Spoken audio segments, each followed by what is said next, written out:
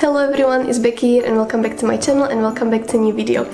So, I'm saying hi to you from Slovakia again because I'm back home, and I must confess that I had planned so many videos which I wanted to film whilst I'm here back home, but as I mentioned in a couple of my previous videos, whenever I'm home there is literally no time for me to film. And also, as you maybe hear on my voice, I managed to catch a little cold, so I was lying down for a couple days, so it was very tricky for me to film anything.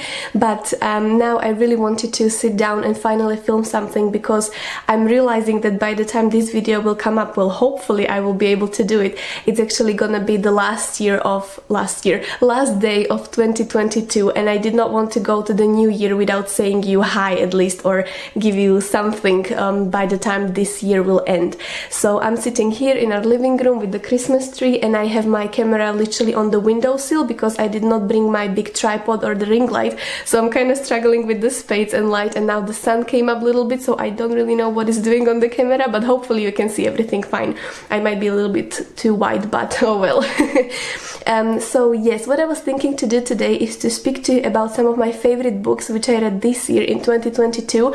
I'm not gonna be doing my least favorite books or my DNFs, because I feel like when I was doing my wrap-ups every month I always mentioned which book I liked and which I didn't like for several reasons, and I don't feel for me it's necessary to kind of repeat books which I did not like because someone else still might like them.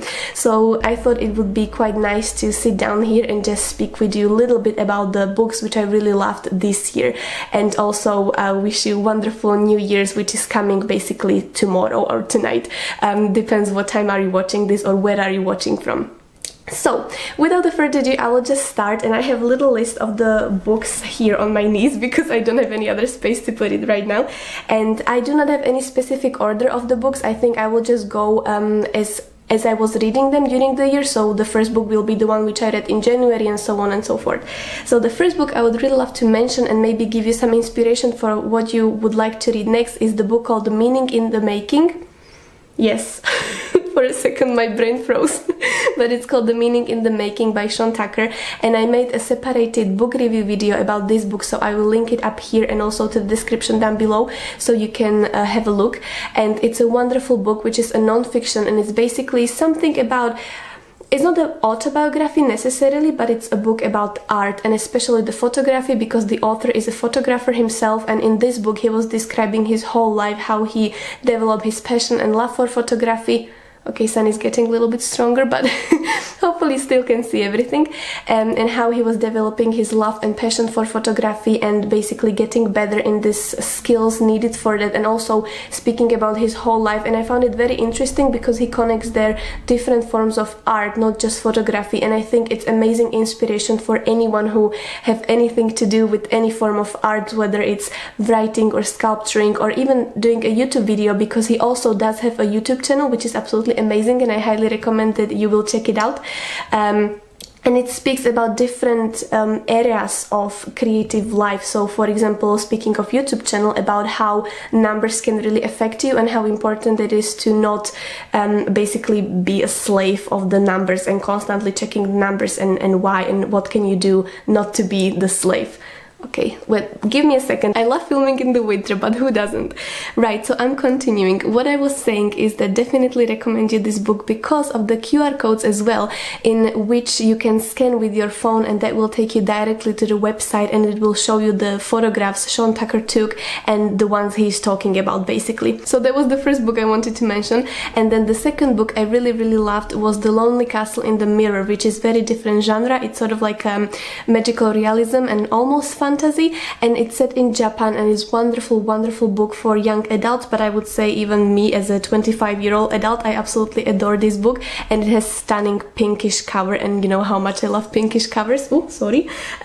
So it was a wonderful book which was set in Japan, and I never really read many books which were set in Japan, and I love this one because it's about a young girl called Kokoro, who was not very happy in her school because she did struggle a lot with stomach, because it was caused by not having great relationship with her classmates, and she was bullied as well, and she really could not find her space or her place on the earth, you can say, until the point when she discovered one day a magic mirror in her room, and through that mirror she was able to get to this magical castle in this fantasy world. And in that castle she met other kids who basically struggled with the same issues as she did, and she developed friendships with them. And there is this whole mystery going on about the wishing key they have to find through a relationship with the wolf girl. Wolf Queen, yes, Wolf Queen, and it was absolutely stunning. I love the writing style. It was so beautifully wrote, and you could really relate, I would say, to many characters, hopefully not through bullying, but I personally found myself very similar to Kokoro from the very beginning, because I used to have problems with stomach as well, and through that I was not really able to go to school, for example, when I was back in primary school, and then because of that it was harder for me to develop relationship with my classmates because I was missing school a lot. So it was very interesting read, and it was wonderfully written. I haven't been speaking English for like 2 weeks, and now I really struggle to get the words out of my mind. So yeah, highly recommend you to give this a go if you like reading about, let's say, Japan and then young adults book and some wonderful writing and magical realism. It was really lovely, but then be aware of some trigger warnings, such as for example, as I mentioned, bullying and even like self-harm and kind of like difficult topics sometimes, but they were portrayed very beautifully in this book. Another book I would love to mention, or maybe remind to you, because if you remember, I mentioned all of these books previously in my different wrap-up videos, but I just wanted to have one video where I could conclude all of them in one. So another book which I would love to mention or introduce to you if you are here for the first time is the book called I May Be Wrong, and this book is a non-fiction, and it's a... Okay, sun is here again, give me a second. Right, hopefully it's gonna work. So as I mentioned, I May Be Wrong is a non-fiction, it's an autobiographical book, beautifully written by its author called Björn Natthiko Lindeblad, which is kind of tricky name. He was a man from Sweden who was coming from very loving and supporting family, and he started a very successful journey towards his career in finance, and in a very young age he became very successful in some sort of like banking or finance sphere in Sweden. However, one day he realized that he was having this call to something bigger, you could call it, and he did not feel fulfilled anymore by this whole finance system, or like having a life which is very linked for you and basically everything is decided for you and it's very easy.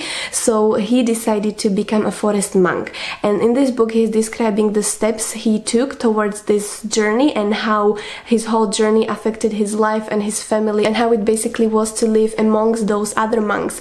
And then what was also beautiful was that when he was around 40 years old, he realized that he is sort of like at the end of this journey and he wants to try something different, and he left the monastery and he got married and he started completely new chapter of his life. And what I found very beautiful about this book is that besides really reading about different wisdoms for life, which I'm not very much into like self-motivation books or anything like this, but in this book I literally loved every single sentence, every single word.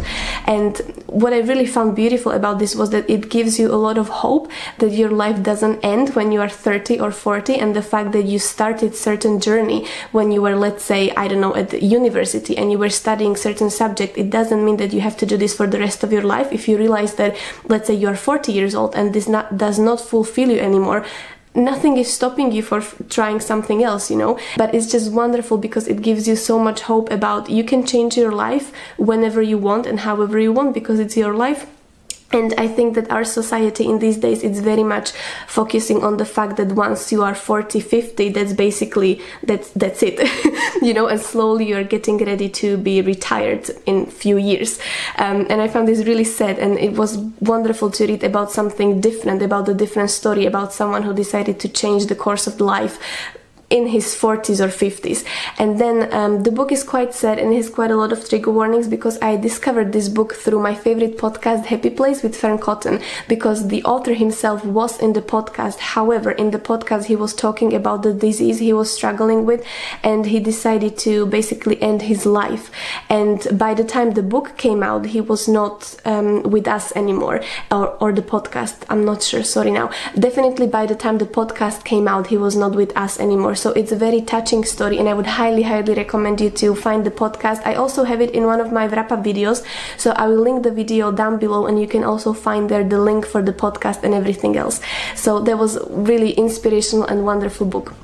Another book I would love to mention, hopefully the lighting is okay, yes, is a book called Pachinko. And Pachinko it was like a long month project for me, because I started to read this thanks to a lovely read-along organized by lovely Gemma from Gemma Books, and we started this, I believe, maybe in March or something like this, and for some reason I was unable to finish that book because so many other buddy reads came into this and I had to give them the priority, and then I realized it was like summer, or I don't even remember, and I still have not finished the book. So I started to read the book from the beginning, and I absolutely loved it. It's a wonderful story which is several generations of one family told through the perspective of a young girl called Sunya, and we discovered the life of her parents, how she was born, and then when she got married and when she had her own kids. And Pachinko is basically, I'm not actually gonna tell you, because the whole time I had completely different ideas about what Pachinko means. I thought it's a name, I thought it's a firm, I thought it's whatever. So I'm not gonna spoil this. I will let you read the book and then you can discover for yourself what the Pachinko means. And this book is set in Japan as well. So this year I read two amazing books which were set in Japan, and this, as I mentioned, is several generations. So it begins in, I believe, 1900 and it goes to 1987 or 78, basically through the wars as well, and it also mirrors the life and relationship between Japan and the Korea. And it's very interesting because besides the amazing story about the family itself, it also gives you the whole background of the history of Japan, and it's really stunning. But there are also a couple trigger warnings to be aware of, because as I mentioned, there is war, death, discrimination, suicide as well. But wonderful story. It's very easy to read. It's wonderfully written. As I mentioned, when we started to read it as a read-along, I absolutely loved it, and it was amazing to read it with other people. Hello, son, again. But then as I was reading it on my own, it just went so quickly because it's quite thick book. I'm not exactly sure actually. Oh yeah, it's almost 500 pages, but you can read it within a couple days because it will grips you at the very beginning and just you won't be able to put the book down really. Right, so the weather is getting quite tricky here, but I still have two more books which I would love to mention, so I'm gonna carry on. One book which I want to speak about is Woman in White by Wilkie Collins, and this was very much anticipated read for me, and I wanted to read this over a year, but I was waiting for Victober, and finally this year, this Victober, I managed to read this and I absolutely loved it. It's a very thick book. It's almost 700 pages, but it's so worthy. If you are intimidated by thick book, definitely maybe start with this one because it will go by like this. It was absolutely stunning read. It's a sensational novel. It's a Victorian literature. It's a historical fiction, and for me, as someone who loves Jane Eyre, it was very much giving me the vibes of Jane Eyre, just sort of like other way around, because in Jane Eyre you have obviously Jane, a woman who is going to different household as a governess, and then there is this love story happening, and in this case we have a man who is coming to a household as a drawing master for two young ladies, and he falls in love with one of them, but there are obviously different obstacles he needs to overcome to be with her. And also on the way there he meets in the middle of the night this woman who is dressed completely in white, and later on he discovers that she basically ran out from the asylum. And every single character in this story is absolutely perfect and brilliant, and I loved all of them, although some of them were really evil and I hated them, but in a good way, you know, like in a way that the character is written very well, so you still love them although they are terrible people. And the way how this book, like the writing in the book was so beautiful, and especially what I loved was how the author managed to describe a woman. For example, my favorite character ever here, or even in general now, is Marian, because she's this strong, independent woman, and especially for the society where she was living in and in the times she was living in, she was still using her own brain. And it was really amazing to read about her and her decision and everything basically about her. I absolutely loved her, but also the way he was writing not only women characters, but how he was describing women, and especially how he was describing a woman from the point of view of a man who is in love with her. That was so beautiful that I had tears in my eyes the whole time. It was really lovely. Also, the suspicion is there. It's really a lot of drama, and I could not put the book down, and I read it very quickly, and I'm a slow reader, so if I tell you that the thick book is very possible to read in very short period of time, it's worth it to try it because it was brilliant. And we are in the dark again because the sun disappeared. one more book I want to mention, and this is a book which I made a separated book review video about, so you've probably seen it very recently, but it's a book by Sam Hugan called Waypoints. And this book was really one of the best books I read this year, but I think it might be for mostly my personal reasons, but nevertheless, still give this a go if you like acting, Scotland, if you like Outlander, if you like Sam Hugan, of course, if you like hiking, and if you have love and passion for something in general, whether it's pursuing some hobby or maybe your career, because this book was absolutely amazing. To me personally, it spoke very much because he was describing his journey from a young actor and how he found his passion for acting, because yeah, it's a non-fiction, it's an autobiographical book, that's first thing you need to know, so it all makes sense. So this is an autobiography by Sam Hugan about himself, and he was describing his whole journey, how he became the actor he is in these days, and obviously all the popularity that came with Outlander and how it affected him. But for me, the most important part of this journey was all the rejections he had to go through. And in the separated video, which I will link here and also to the description box if you would like to see it, I was talking about my personal journey of trying to get into film industry as well, from the production side of things, and how difficult it has been for the past couple months. And reading this book really gave me a lot of encouragement, a lot of hope, and it really meant a lot to me to read this book. And I highlighted there's so many things, but also what I mentioned in this video is that I don't think that I like this book only for this reason, but I think it really is for many people with different interests, because what I love about this book was the way it was written, because there were basically two main things happening. The first one was Sam Hugan starting his journey on the West Highland Way, which is also on my bucket list, and it was in the present time and when he was writing this book. And as he was doing this journey, he would be going back in flashbacks to his childhood and to his acting career and to his younger years, and basically going in the flashback to his past. So you were never bored, because there were 2 or 3 pages describing the West Highland Way journey, and then another 2 or 3 pages from his past, and then it was changing like this. So it was very fast paced. You really did not get bored. And as I mentioned, if you like many different aspects, especially Scotland, for example, or even traveling and then hiking, definitely give it a go, because it was truly brilliant and also funny. Right, my friends, I have no idea what's gonna come out from this video, because I'm sure when I will be watching it I will really hate it because of the lighting, but I will try to get something out of this, because now I have some other stuff I need to go to do. But what I would love to say to you is that since this is the last year, I'm still saying last year of the year, no, it's the last day of the year.